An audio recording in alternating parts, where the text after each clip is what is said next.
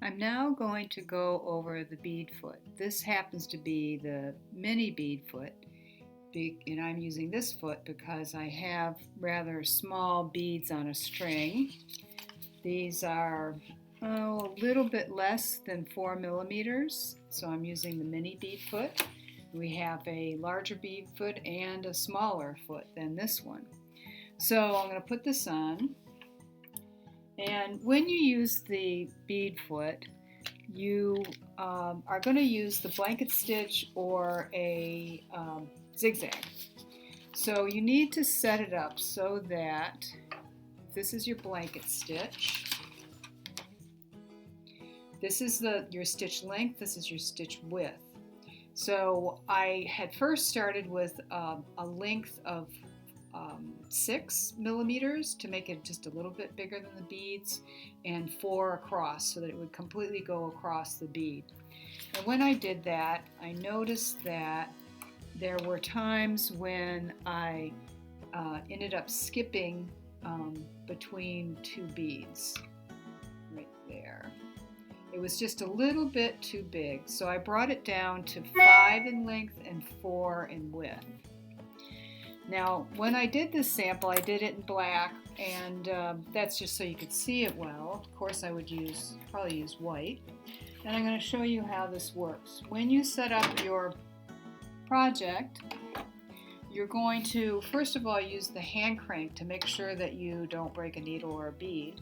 And that just make sure that it looks like it's going to go between the beads. Now my machine is fixing the stitch, so it's not, now it's going to start to do the blanket stitch. Some people call it a pin stitch. That looks good. Okay, now I'm going to use my foot control, and I'm going to go real slow.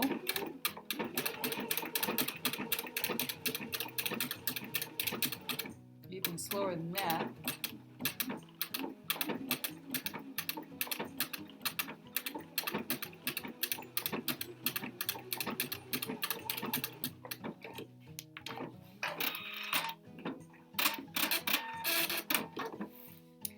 So you see it tacks it down nicely.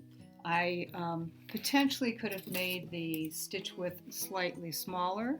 You just play around with it, and you're going to have to get used to doing that because you're going to probably buy beads that are different sizes. So just do a test strip before you stitch any down, and you do want to use some stabilizer behind your fabric.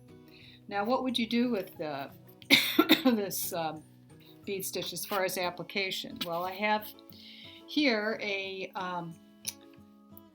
very plain napkin that I added a beaded edge on, and also some decorative stitches, and I'll show you how I would do that beaded edge. So I got these napkins very cheaply, and what I did is I opened up the end of the hem on the napkin so that I could go right on the fold. And then what you want to do when you're going to open up the sides as well, and you don't want to have to sew over a bead that's in the seam allowance. So you do leave a tail hanging out, and I already fixed this one. Well, you leave a tail hanging out, and then you're going to break the bead off. You're either going to pull it off or you're going to crush it, and I'll show you what I mean, so that it's not adding bulk to your seam. So I take a pair of pliers, and you can either pull it off, or with some beads you can just crush it like that. And then you turn this string, this cord, into the seam allowance so it's caught in the seam, and you don't have a big bulky seam that runs over 2 layers of beads. So that's one application of the bead foot. Another thing that you can do with the bead foot is you can use it to make an interesting type of piping. So instead of using a piping foot, we're going to use the bead foot. And I've got my piping fabric, and I'm going to put my beads on the inside. And then put my foot down. And even though I'm using the same size beads, I may need to change my settings a bit. I might need to increase the tension. We'll see what it looks like.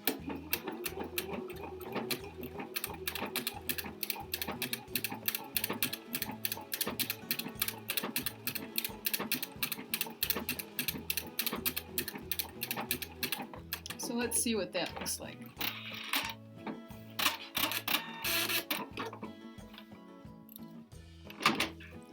So not bad. Now I probably would increase the tension perhaps just a little bit so that it would pull in between each of these beads. And I will show you what I have done with this type of piping on a table runner.